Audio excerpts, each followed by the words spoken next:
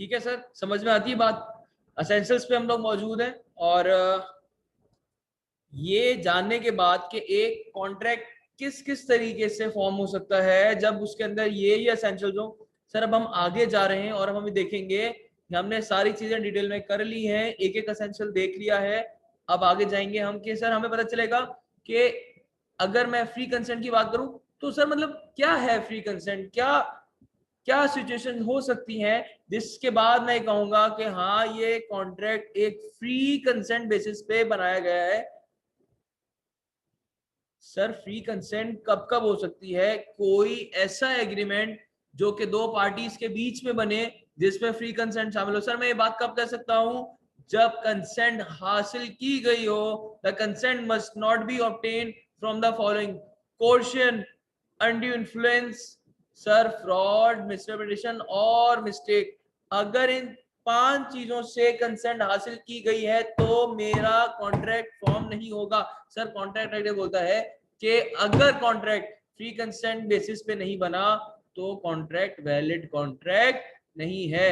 Sir Adeel beats Babar and compels him to sell his bike for 20,000। Sir Adeel ने बाबर को बहुत मारा और कहा कि अपनी 50,000 वाली बाइक 20,000 में दे दो।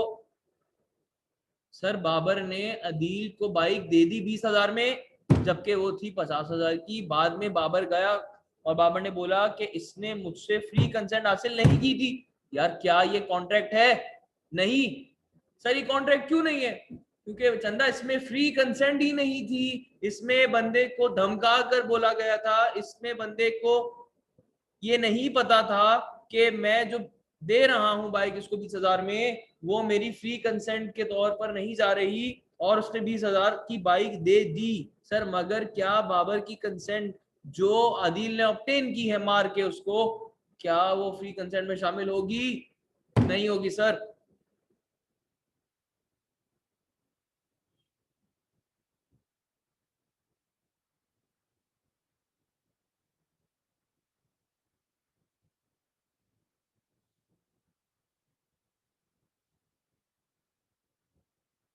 सर कॉन्ट्रैक्ट कहता है कि आप जिस ऑब्जेक्ट के लिए कॉन्ट्रैक्ट कर रहे हो उस ऑब्जेक्ट के लिए, या लड़के इधर, आप जिस जो ऑब्जेक्ट है, सर मैंने कॉन्ट्रैक्ट किया और मैंने कॉन्ट्रैक्ट में ये तय किया कि मैं तुम्हें एक इलीगल ऑब्जेक्ट दूंगा। या क्या ये ऑब्जेक्ट जो इलीगल है ये कॉन्ट्रैक्ट एक्ट अलाउ करता है? सर ये कॉन्ट्रैक्ट अलाउ नहीं करता, इसलिए ये एक वाइड एग्रीमेंट कहलाएगा। ये कॉन्ट्रैक्ट कॉन्ट्रैक्ट नहीं है।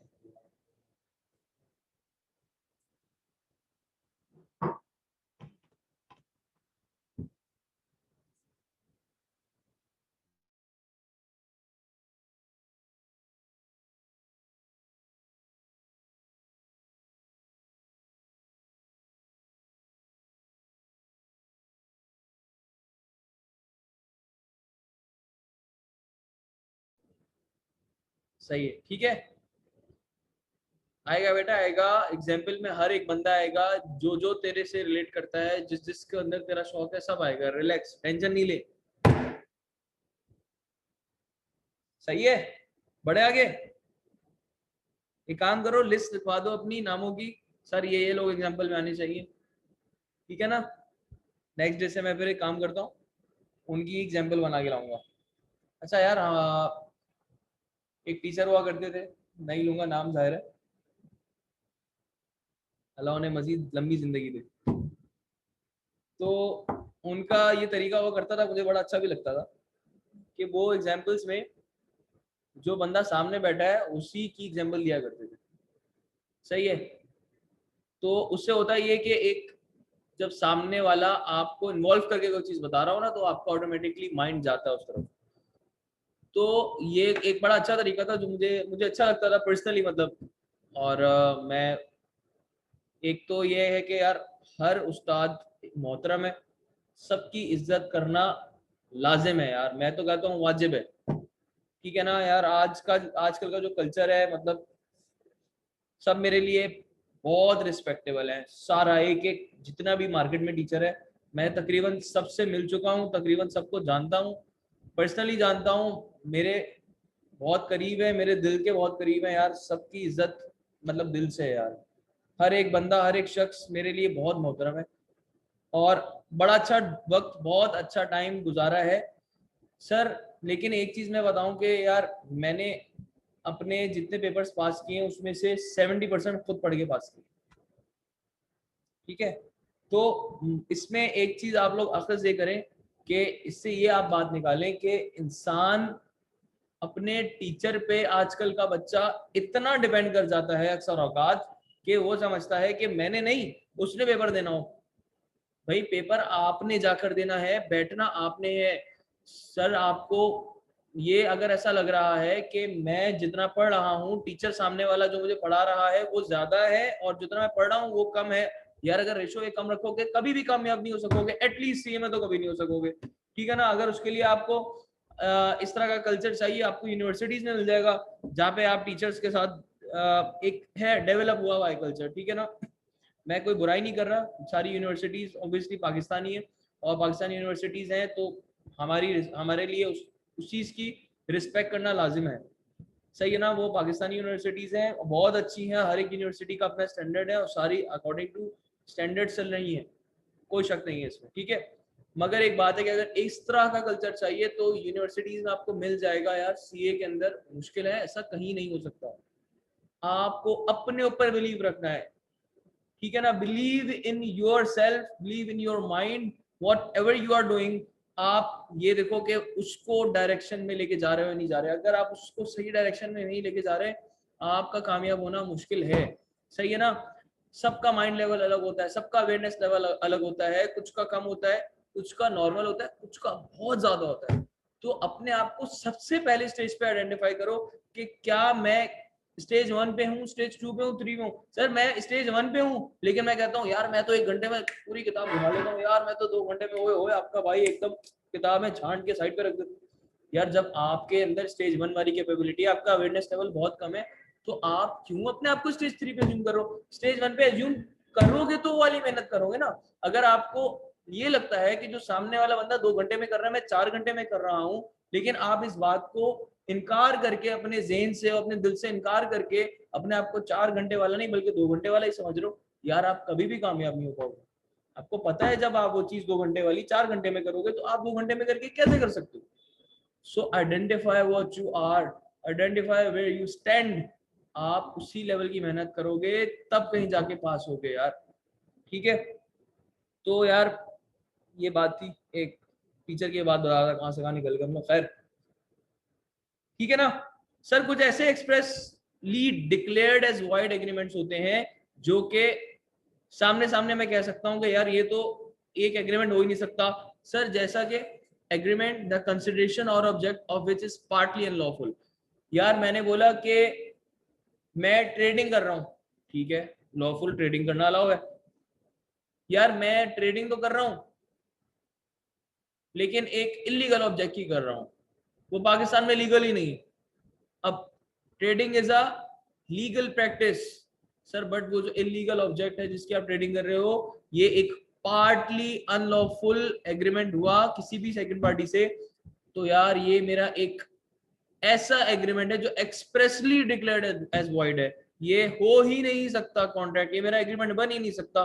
सर एक ऐसी एग्रीमेंट जिसके अंदर कंसिडरेशन ही ना हो, एक ऐसी एग्रीमेंट जिस जो कि रिस्ट्रेंट ऑफ मैरिज है, रिस्ट्रेंट मतलब रोकना, मैं तुम्हें 50,000 दूंगा अगर तुमने फला की शादी रुकवा दी, चलो भाई उसकी शादी नहीं रुकी, मैंने सू कर दिया भाई बी को, भाई मैं तुम्हें 50,000 रुपए दिए थे शादी रुकवाने के, तुमने क्यों नहीं रुकवाई, बी को सू कर दिया। लॉ बोलता है कि ये तो कोई एग्रीमेंट ही नहीं है क्योंकि ये एक्सप्रेसली डिक्लेयर्ड एज वॉइड है, इसके अंदर एसेंशियल्स कॉन्ट्रैक्ट के आ ही नहीं रहे, ठीक है। बातें नहीं यार, 5 मिनट दे दो बस, सही है। उसके बाद आगे restrain agreement and restrain of legal proceeding. मैंने एक बंदे को रोका किसी लीगल काम करने के लिए, मैंने बोला कि तुमने अगर जो ए बी, ए और बी है, ठीक है, मैंने बी को बोला ए बी, बी से मुखातिब हो गए ए बी, अगर तूने ए को जो एग्रीमेंट तुमने किया है कि ए तुम्हें 10 डब्बे देगा और बी तुम्हें एक, यानी बी ए को 50,000 रुपए देगा डब्बे के अगेंस्ट। अब ए ने डब्बा डिलीवर कर दिया, बी के पास गया, मैंने बोला बी मैं तुम्हें 60 दूंगा, तुम उसको 50 मत देना। बी ऐसा करने से नाकिस रहा सर, उसने नहीं कर सका ये वो, और उसने 50,000 दे दिए मजबूरी में आके। मैंने बी पे सू कर दिया कि मैंने तुमसे एग्रीमेंट किया था कि तुम ये काम ना करो। तो लॉ कहता है कि ऐसा agreement in state of legal proceedings is expressly declared as void. Sir वो एक एग्रीमेंट हुआ ही नहीं, वो एक वॉइड एग्रीमेंट है। सर अनसर्टेन एग्रीमेंट्स, मैं तुम्हें 10 रुपए दूंगा अगर आज बारिश हुई तो आओ, आप सबको मैं 4-4 चाय पिलाऊंगा कब अगर आज बारिश हो गई। ठीक है, बारिश हो गई और मैंने आपको चाय भी नहीं पिलाई पूरी रात तक। रात के 12 बजे तक हमने देखा, 12 बजे तक नहीं हुई बारिश, 12 बजे तक बारिश हो गई। चलो लेट्स सपोज आप लोग आ गए, सर 4-4 कप चाय का वादा, क्या हुआ तेरा वादा? मैंने बोला कि भाई मैं नहीं पिला रहा चाय। आपने बोला मैं करूंगा सू। अब सू का टाइम आया तो एग्रीमेंट, ये एक ऐसा एग्रीमेंट है जो कि एक्सप्रेसली डिक्लेयर्ड एज वॉइड है, ये कोई एग्रीमेंट ही नहीं है, आप सू कर ही नहीं सकते। ठीक है, इसी तरीके से वेजिंग एग्रीमेंट जिसकी कोई सर्टेनिटी, मैं आपको 10 रुपए दूंगा अगर मैं टपक गया आज। सर आप टपक गया तो आप 10 रुपए कैसे देंगे? चलो ये देगा, अगर मैं आज टपक गया तो ये 10 रुपए देगा तुम्हें। ठीक है यार, मैं टपक गया और इसने 10 रुपए भी नहीं दिए, तुमने इसको सू कर दिया, क्या तुम इसको सू कर सकते हो? नहीं कर सकते। क्यों? सर ये एक ऐसा एग्रीमेंट है जो एक्सप्रेसली डिक्लेयर्ड एज वॉइड है, आप इसमें इसको सू नहीं कर सकते भाई। सर क्लासिफिकेशन ऑफ कॉन्ट्रैक्ट है, मैं अपने कॉन्ट्रैक्ट को कैसे कैसे क्लासिफाई कर सकता हूँ? 3 तरीकों से, फॉर्मेशन, एनफोर्सेबिलिटी और परफॉर्मेंस। सर कॉन्ट्रैक्ट के मैंने आपको डे 1 पे ही बताया था, पहले दिन आते ही बता दिया था कि कॉन्ट्रैक्ट के 3 फेजेस हैं। सबसे पहला फेज कि कॉन्ट्रैक्ट फॉर्म होता है, दूसरा फेज उसकी इन्फोर्सेबिलिटी क्या है, और तीसरा फेज के उसको अब आपको परफॉर्म करना पड़ेगा। सर पहला जो स्टेज है मेरा इन्फॉर्मेशन का, मेरा कॉन्ट्रैक्ट कैसे कैसे फॉर्म हो सकता है? सर वो एक्सप्रेस कॉन्ट्रैक्ट भी हो सकता है, वो इम्प्लॉयड कॉन्ट्रैक्ट भी हो सकता है, वो कॉसी कॉन्ट्रैक्ट भी हो सकता है। सर एक्सप्रेस कॉन्ट्रैक्ट हो सकता है, इन रिटन हो सकता है, ओरल हो सकता है। इम्प्लॉयड कॉन्ट्रैक्ट भी होता है sir by written, by conduct. Sir quasi contract भी होता है। कॉसी कॉन्ट्रैक्ट आगे डिटेल में बताऊंगा, अभी जस्ट 1-2 लाइनों में समझा रहा हूँ, समराइज करके समझा रहा हूँ। यार कॉसी कॉन्ट्रैक्ट वो कॉन्ट्रैक्ट होता है जो कि किसी भी ऑफिशियल कॉन्ट्रैक्ट की एब्सेंस में किया जाए, कुछ भी नेसेसरी किया जाए, कुछ ऐसा किया जाए जो ना करो तो सामने वाले को नुकसान पहुंचेगा। अगर आपने ऐसा कोई भी कॉन्ट्रैक्ट अंजाम दिया जो कि ऑफिशियल कॉन्ट्रैक्ट का पार्ट नहीं है, जो कि एक कॉन्ट्रैक्ट नहीं बनता, जिसमें कोई एसेंशियल मिसिंग है, सर तब भी एक कॉन्ट्रैक्ट कहलाएगा। It's called quasi contract. मैं जा रहा था, शकूर भाई का घर जल रहा था, शकूर भाई के घर के लिए मैंने फायर ब्रिगेड मंगवाई और मैंने पानी से आग बुझवाई। शकूर भाई घर पहुंचे, मैंने बोला भाई आपका होता है 500 रुपया। सर ने मुझे 500 रुपए देने से इनकार कर दिया शकूर भाई ने। मैं शकूर भाई को सू कर सकता हूँ? बिल्कुल कर सकता हूँ। क्यों? क्योंकि एक कॉन्ट्रैक्ट हुआ, ये कौसी कॉन्ट्रैक्ट हुआ, मैंने सप्लाई किया उनको नेसेसरीज, उनको मैंने सप्लाई की, एंड हेंस वो एक कौसी कॉन्ट्रैक्ट फॉर्म हो चुका था। सर जब कॉन्ट्रैक्ट फॉर्म हो गया, सर अब उसको मैं क्या करूंगा? यार अब मैं चेक करूंगा कि क्या ये फोर्सेबल है या नहीं है। हम पहले चैप्टर में हमने पढ़ा कि क्या ये एक वैलिड कॉन्ट्रैक्ट है या एक वॉइड एग्रीमेंट है कि नहीं है, या एक वॉइड कॉन्ट्रैक्ट है या वॉइडेबल इलीगल है कि नहीं है, इनफोर्सेबल एग्रीमेंट है कि नहीं है। सर उसके बाद आखिरी इसका हिस्सा है जिसमें एक परफॉर्मेंस किस किस तरीके से परफॉर्म हो सकती है मेरे पास। सर या तो वो एग्जीक्यूटेड होगी या वो एग्जीक्यूटरी होगी। सर एग्जीक्यूटेड परफॉर्मेंस क्या, जो कि एक पास्ट ऑब्लिगेशन का पार्ट हो, जबकि एग्जीक्यूटरी एक प्रेजेंट ऑब्लिगेशन का पार्ट हो। सर एक एक एग्जांपल छोटी सी देख लेते हैं। Executed contract, a book seller sells a book on cash payment, sir it is an executed contract, both the parties have done what they were to do under the contract. दोनों parties ने वो किया जो कि देवर required to do, यानी कि एक past obligation थी, उसके तहत उन्होंने जो करना था वही किया। सर एग्जीक्यूटरी कॉन्ट्रैक्ट होता है जहां पे एक एग्जांपल देख लेते हैं। एग्जीक्यूटरी कॉन्ट्रैक्ट सर दो तरीके से भी हो सकता है, एक होता है यूनिलैटरल और एक होता है बायलैटरल। यूनिलैटरल में एक पार्टी, बायलैटरल में दो पार्टी। सही। एग्जीक्यूटरी कॉन्ट्रैक्ट यूनिलैटरल की एग्जांपल देख लेते हैं। Motion advertises a reward of a certain sum to anyone who finds his missing son। Mohsin ने बोला मेरा बच्चा खो गया, जिसको बच्चा मिला उसके पैसे। Babar knowing the offer finds the missing boy and brings him, the reward is still unpaid, this is unilateral contract। भाई जिस बंदे की तरफ से ऑफर हुई थी वो अभी तक रिवॉर्ड अनपेड रहा, ये एक यूनिलैटरल कॉन्ट्रैक्ट हुआ। एग्जीक्यूटरी है कि अब आपके अनाउंस करने के बाद वो परफॉर्मेंस होगी, तो इट मींस कि और रिवॉर्ड अनपेड रहा तो इट मींस कि सर ये यूनिलैटरल कॉन्ट्रैक्ट हुआ, एग्जीक्यूटिव कॉन्ट्रैक्ट है। सर जबकि बायलैटरल कॉन्ट्रैक्ट की एग्जांपल देख लेते हैं। Jazib agrees to teach Ghalib after 2 months and Ghalib promises to pay at the end of course, this is executory bilateral contract। Sir यहाँ पर बायलैटरल कॉन्ट्रैक्ट नहीं होता, यहाँ पर हमारे इस केस में सर बायलैटरल कॉन्ट्रैक्ट है या यूनिलैटरल कॉन्ट्रैक्ट है? सर ये हमारा unilateral contract. Sir bilateral contract में क्या होता है, जब आप ये बोलो कि जब आपका कोर्स खत्म हो जाए तब मुझे एंड में जाकर पैसे दे देना, यहाँ पर एंड में पैसे नहीं दिए जाते, स्टार्ट में खींच लेते हैं। सर एक ऑफर वैलिड ऑफर कब कहलाएगी, जब उसमें 2 पर्सन हो, एक ऑफर कर रहा हो और एक एक्सेप्ट कर रहा हो, एक वैलिड ऑफर कहलाएगी। अगर मैं ही ऑफर कर रहा हूं, सामने कोई भी ना हो, मैं हवा में बोल रहा हूं कि क्या तुम मेरा ये पेन खरीदोगे, क्या मेरा पेन खरीदोगे, हाँ हवा ने बोल दिया हाँ खरीदूंगा, भाई कॉन्ट्रैक्ट हो गया, हवा को सू करने जा रहा हूँ। सही है, ठीक है, हवा को सू करने जा रहा हूँ। तो भाई 2 पर्सन होना लाजमी है, सर्टेन एंड डेफिनेट होना भी लाजमी है। सर सर्टेन एंड डेफिनेट नहीं होगा तो वो एक ऑफर नहीं हो सकती। मैं तुम्हें मेहरान बेच रहा हूं, बदले में मैं तुम्हें बहुत मजे का जोक सुनाऊंगा। मैं तुम्हें मेहरान बेच रहा हूं, उसके अगेंस्ट तुम मुझे पैसे नहीं दो, मजे का जोक सुना दो एक। तो ये एक डेफिनेट और सर्टेन कॉन्ट्रैक्ट नहीं हुआ। सर कॉन्ट्रेक्चुअल इंटेंशन होनी चाहिए। अगर मैं बोल रहा हूँ कि जिस तरह विंडो शॉपिंग में गया, मैंने बोला कि यार ये चेयर कितने की है, बोल तो।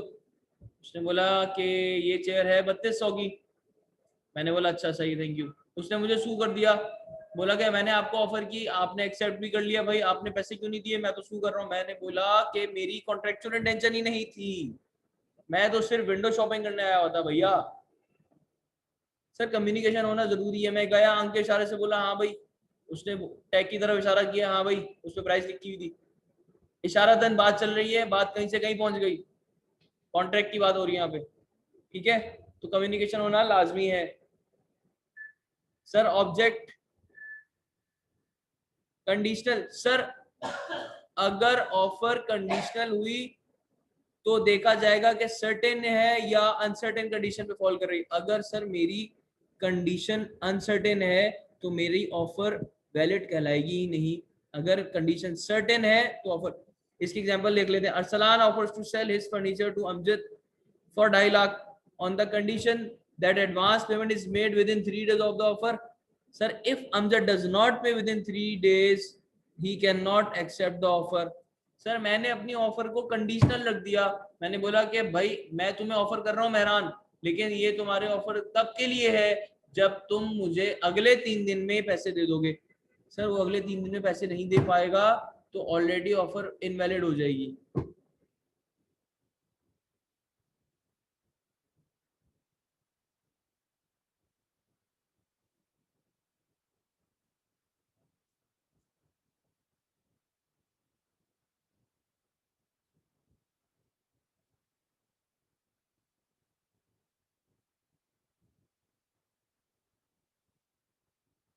यार देखो कंडीशन से ये मुराद नहीं है, कंडीशन से मुराद ये है कि अगर मैंने एक ऑफर की है साथ में कोई कंडीशन लगाकर, तो फिर मेरी ऑफर उस कंडीशन पे डिपेंड करेगी कि यार अगर वो कंडीशन फुलफिल हुई जब ही ये ऑफर प्रिवेल करेगी।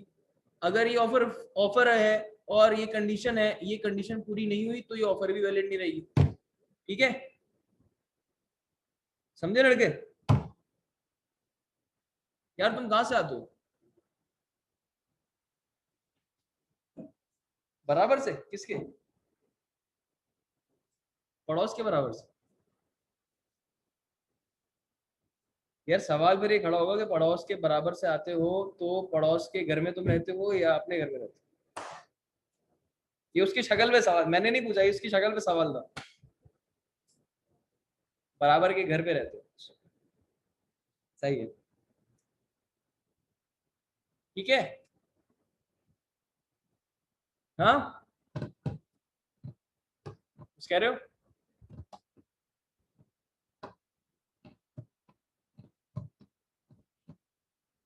मैं ये रोज क्यों पूछता हूँ कि तुम कहाँ से क्यों आ रहे हो? यार देखो, मैं रोज इसलिए पूछता हूँ कि कोई बच्चा है, अगर कोई बच्चा कहीं ऐसी जगह से आ रहा है जो बहुत दूर है, तो मैं उसको कोई प्रिविलेज दे सकूं, कोई मैं उसको बेनिफिट दे सकूं कि भाई तू इतनी दूर से आ रहा है तो यार ठीक है, तुम ऑनलाइन जो है ले लो आकर। अभी ऑनलाइन कितना बच्चा है जो बेचारा दूर है, यहाँ पे ऑनलाइन सक्कर से है, हैदराबाद से, पंजाब में बहुत सारे एरिया से जो नहीं ले पा रहे, मेरे साथ लाइव आए हुए हैं यार। तो अगर कोई यहाँ पर कराची में भी बहुत दूर है तो यार फिजिकली ना आओ। वैसे भी अनाउंस कर चुका हूँ, मैं दोबारा कर रहा हूँ, पीछे एफ का पेज भी है भाई, वहां जाके देख लेना, अल्लाह के बंदो खोल लिया करो कभी, पेज मौत नहीं आएगी।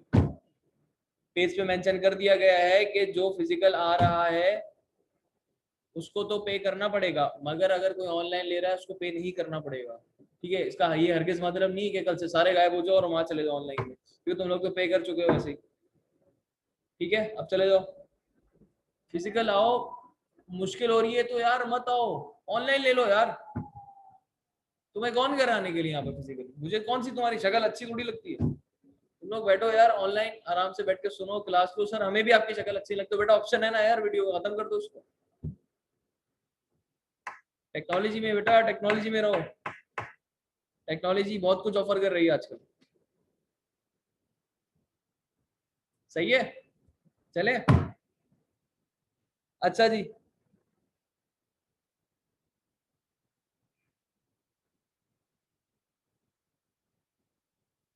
सर नेगेटिव कंफर्मेशन, अगर मैंने नेगेटिव कंफर्मेशन दी तो मेरा ये ऑफर मेरी वैलिड नहीं कहलाएगी। सामने से अगर एक्सेप्टेंस नेगेटिव आई या ऑफर नेगेटिव हुई। सर एग्जांपल ले लेते हैं, आजम रोड टू बाबर। यार एक तो बेचारे आई के अपने बाबर आजम के साथ जो किया है ना यार, पूरी स्टडी टेक्स्ट में, अब्बा और बेटे को लड़वा दिया, अब्बा और बेटे को झगड़वा दिया, अब्बा और बेटे को एक दूसरे की शादी रुकवा दी। यार क्या कह सकते हैं, ऊपर तनवीर और खत्री को लड़वा दिया एग्जाम्पल में। हाँ यार सीरियसली, लीगल सिस्टम के अंदर सिविल लॉ और क्रिमिनल लॉ के दो सेक्शंस बने हुए, उसके अंदर तीसरी जो एग्जाम्पल दी उन्होंने यही दी हुई है। ठीक है। हाँ यार बिल्कुल जानता हूँ, बहुत। मैंने आपको पहले ही बताया कि यार हर उस्ताद मेरे लिए इक्वल रिस्पेक्ट रखता है, बहुत रिस्पेक्टेबल लोग हैं ये। मैं अपने डरावने ख्वाब में भी इनके लिए बुरा नहीं सोच सकता है। जो उस्ताद है वो उस्ताद है, तुम्हें एक उस्ताद ने एक लफ्ज समझा दिया, तुम्हारे लिए उसकी इज्जत करना वाजिब है। सही है। नहीं ये मैं ऑनेस्टली बता रहा हूँ यार, इसमें कोई दो राय नहीं है कि उस्ताद की जो है इज्जत है ना यार, वो हम पर लाजिम है।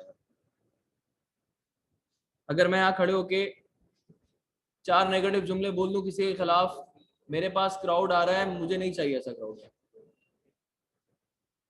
सही है, सब कुछ जेन्युइन होगा। हाँ, नेगेटिव दोबारा बताया दो। Sir Azam wrote to Babar to sell his book, adding that if he did not reply within 5 days the offer would be considered accepted. This is not a contract. Sir वैसे भी एक general assumption होती है कि mere silence is deemed to be accepted, but कुछ exception है इसकी भी, कि कुछ जगहों पे मेयर साइलेंस एक्सेप्टेंस नहीं कहलाती, उसके लिए खास अलग प्रोविजंस मौजूद है लॉ में।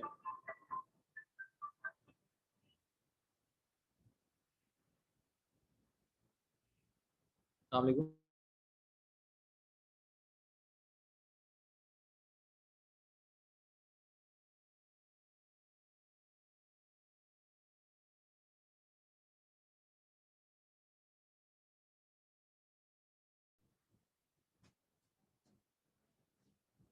ठीक है बच्चा, बढ़े आगे। सर एक इनविटेशन होनी चाहिए ऑफर की, ऐसा ना लगे कि इनविटेशन नहीं है आप डांट रहे हो। मोबाइल मेरा खरीद लो, ये लो खरीदो, जल्दी खरीदो यार, फौरन खरीदो। सर ये एक इनविटेशन नहीं है, ये एक ऑर्डर है। ठीक है सर, टाइप्स ऑफ ऑफर आ गई, कुछ special specific offer. Sir if an offer is made to a definite और particular person, it is a specific order. ये एक स्पेसिफिक ग्रुप के लिए, एक स्पेसिफिक पर्सन के लिए है। सर एक होता है जनरल ऑफर। अगर आपने एक दुकान देखी है परचून की, तो इट मींस कि वो जनरली ऑफर कर रहा है पूरी दुनिया के लिए, सबके लिए, आओ ले जाओ उसका सामान, ले जाओ दुकान का सामान ले जाओ। ठीक है सर, क्रॉस ऑफर्स, अगर दो पार्टीज हैं और दोनों नहीं जानती कि वो सिमिलर ऑफर कर रही हैं और एक दूसरे को ऑफर करते हैं, तो क्रॉस ऑफर कहलाएगा। सर केपीएमजी ने पीडब्ल्यूसी को ऑडिट की ऑफर कर दी और पीडब्ल्यूसी ने केपीएमजी को ऑडिट की ऑफर कर दी, आओ मैं तुम्हारा ऑडिट करूं, वो कह रही आओ मैं तुम्हारा ऑडिट करूं। सही है।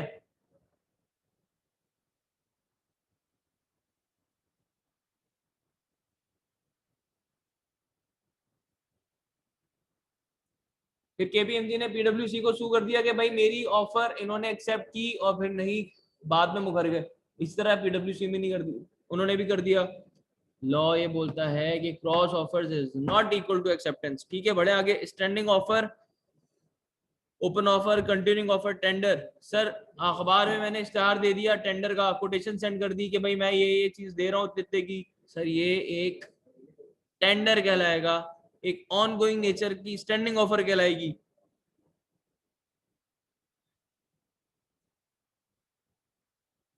Sajid required a large quantity of certain goods during a year and offered this by an advertisement.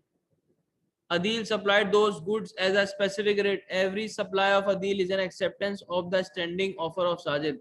Sir मैंने इश्तेहार लगाया टेंडर पे कि मुझे ये चीजें चाहिए, अगले दिन इश्तेहार आ गया सप्लायर का कि मेरे पास ये सब मौजूद है, तो सर ये एक एक्सेप्टेंस कहलाएगी स्टैंडिंग ऑफर के, जो कि साजिद ने यानी जो कि पहले बंदे ने की थी।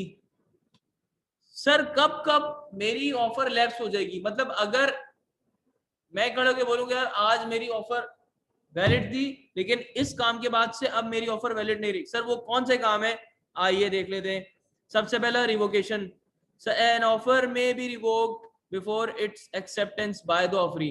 भाई मैंने ऑफर किया कि तुम भाई मेहरान खरीदोगे मुझसे, तुम खामोश रहे, सोच रहे थे, मैंने बोला कि नहीं नहीं छोड़ दो, मैं मेहरान बेच ही नहीं रहा।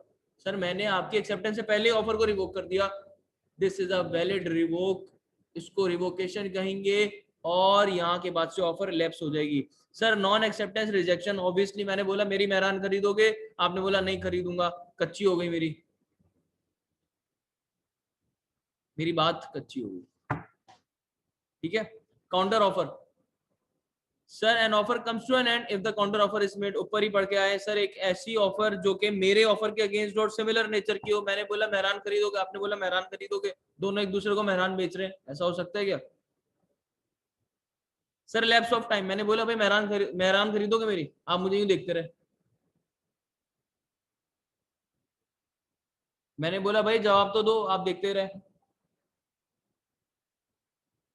1 घंटा हो गया आप देखते रहे ऐसे, तो लैप्स ऑफ टाइम हो जाएगा, खत्म हो जाएगी ऑफर। सही है। चल लैप्स ऑफ टाइम की एक और अच्छी सी एग्जांपल देख लेते हैं।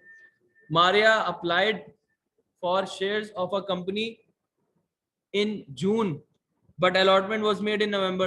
Maria refused to accept the shares. It was held that Maria could refuse to take shares because the offer had lapsed after the expiry of a reasonable time. भाई उन shares की एक रीजनेबल टाइम की expiry थी, आपने acceptance नहीं की और वो टाइम खत्म हो गया, तो सर ये लैप्स ऑफ टाइम की वजह से ऑफर वैलिड नहीं रहेगी, कैंसिल हो जाएगी। सर ऑफर करने वाले की हो गई मौत या हो गया वो पागल, तो ऑफर वैलिड नहीं कराएगी।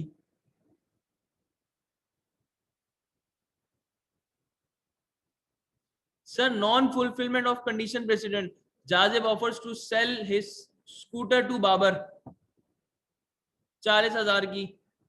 If Babar joins the ABC club within a week, Babar did not join the club within a week, the offer stands terminated. मैंने एक ऐसी कंडीशन लगाई अपनी ऑफर के साथ जो कि फुलफिल होने के बाद एक वैलिड ऑफर कहलाए। मैंने बोला कि भाई तुम मेरी स्कूटर खरीद लो 40,000 की, अगर तुमने फला फला क्लब ज्वाइन कर लिया एक हफ्ते में।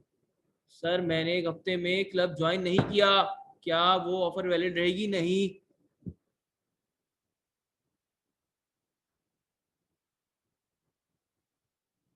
सर सब्जेक्ट मैटर ही डिस्ट्रक्ट हो गया, डिस्ट्रक्शन हो गई सब्जेक्ट मैटर की। सर मैंने बोला कि मेरा घोड़ा खरीद लो 1 लाख का, सर घोड़ा मर गया और फिर खत्म। सही है? समझ में अच्छी व्यू? ठीक है। अच्छा जी आगे बढ़ रहे हैं।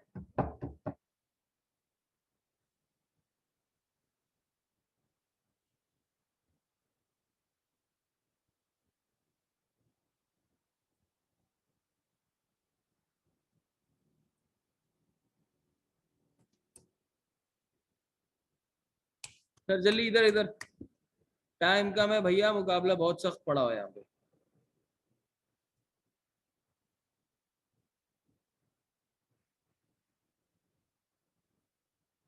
सर बिल्कुल इसी तरीके से आपके पास एक्सेप्टेंस के भी एसेंशियल हैं, और इसी तरीके से एक्सेप्टेंस भी रिवोक हो सकती है।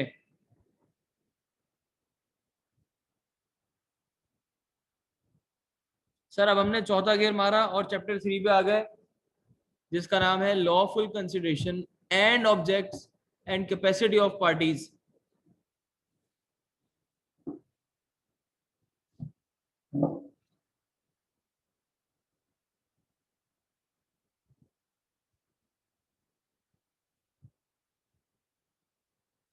सर मेरा ऑब्जेक्ट लॉफुल होना चाहिए और कंसिडरेशन होनी चाहिए। सर कंसिडरेशन का क्या मतलब है? एक ऐसा एक्ट जिसके अंदर कुछ करना हो, an act of doing something, an abstinence और फॉरबियरेंस, यानी कि एब्सटेनिंग और refraining from doing something. Sir consideration ये भी हो सकती है कि तुम इस चीज से दूर रहो, तुम इस चीज को ना करो, तुम ये ना करो, वो ना करो। सर ये भी एक कंसिडरेशन होती है कि मैं तुम्हें पैसे दूंगा, तुम ये मत करना। सर आप प्रॉमिस इन रिटर्न, तीसरी चीज कंसिडरेशन में ये है कि एक प्रॉमिस हो सकता है रिटर्न का, कि मैं आपको ये रिटर्न करूंगा।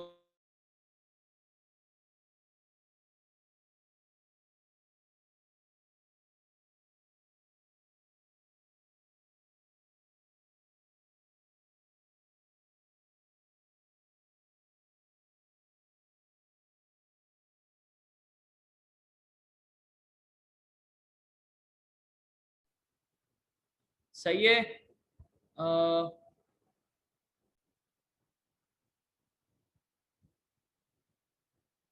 ठीक है लड़का, चल लड़का आगे चले।